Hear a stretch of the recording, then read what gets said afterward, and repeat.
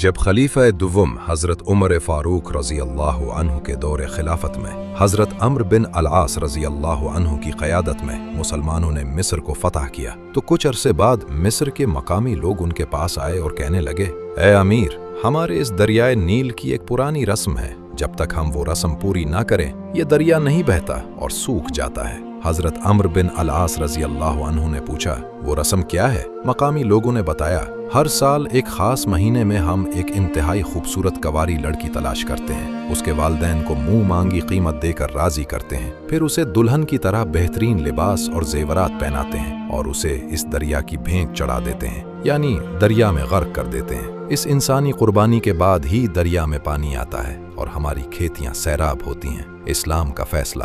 حضرت عمرو بن العاص رضی اللہ عنہ نے یہ سن کر سختی سے جواب دیا، اسلام میں اس طرح کی جاہلانہ، ظالمانہ اور شرکیہ رسم کی کوئی گنجائش نہیں ہے۔ اسلام نے پچھلی تمام جاہلیت کی رسومات کو باطل کر دیا ہے۔ یہ سن کر لوگ مایوس ہو کر چلے گئے۔ وقت گزرتا گیا اور دریا کا پانی سوکھنے لگا، یہاں تک کہ 3 مہینے گزر گئے اور دریا بالکل خشک ہو گیا۔ قحط کا خطرہ پیدا ہو گیا اور صورتحال اتنی خراب ہو گئی کہ لوگ مصر چھوڑ کر ہجرت کرنے کا سوچنے لگے۔ امیر المومنین کو خط۔ یہ سنگین صورتحال دیکھ کر حضرت عمرو بن العاص رضی اللہ عنہ نے مدینہ منورہ میں امیر المومنین حضرت عمر فاروق رضی اللہ عنہ کو خط لکھا اور سارا واقعہ تفصیل سے بیان کیا۔ حضرت عمر فاروق رضی اللہ عنہ نے جواب میں لکھا، آپ نے بالکل صحیح کیا، اسلام واقعی ایسی ظالمانہ رسومات کی اجازت نہیں دیتا۔ میں اپنے اس خط کے اندر ایک اور پرچہ بھیج رہا ہوں، جب میرا یہ خط ملے تو وہ پرچہ دریائے نیل میں ڈال دینا۔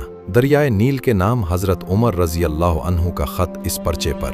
حضرت عمر فاروق رضی اللہ عنہ نے دریائے نیل کے نام ایک تاریخی خط لکھا تھا جس کے الفاظ کچھ یوں تھے، اللہ کے بندے عمر، امیر المومنین کی طرف سے مصر کے دریائے نیل کے نام، اما بعد، اے دریا، اگر تو اپنی مرضی اور طاقت سے بہتا ہے تو مت بہہ، ہمیں تیری کوئی ضرورت نہیں، اور اگر تجھے اللہ تعالیٰ جو یکتا اور سب پر غالب ہے بہاتا ہے تو ہم اللہ واحد و قہار سے دعا کرتے ہیں کہ وہ تجھے جاری کر دے۔ اللہ کی قدرت کا کرشمہ۔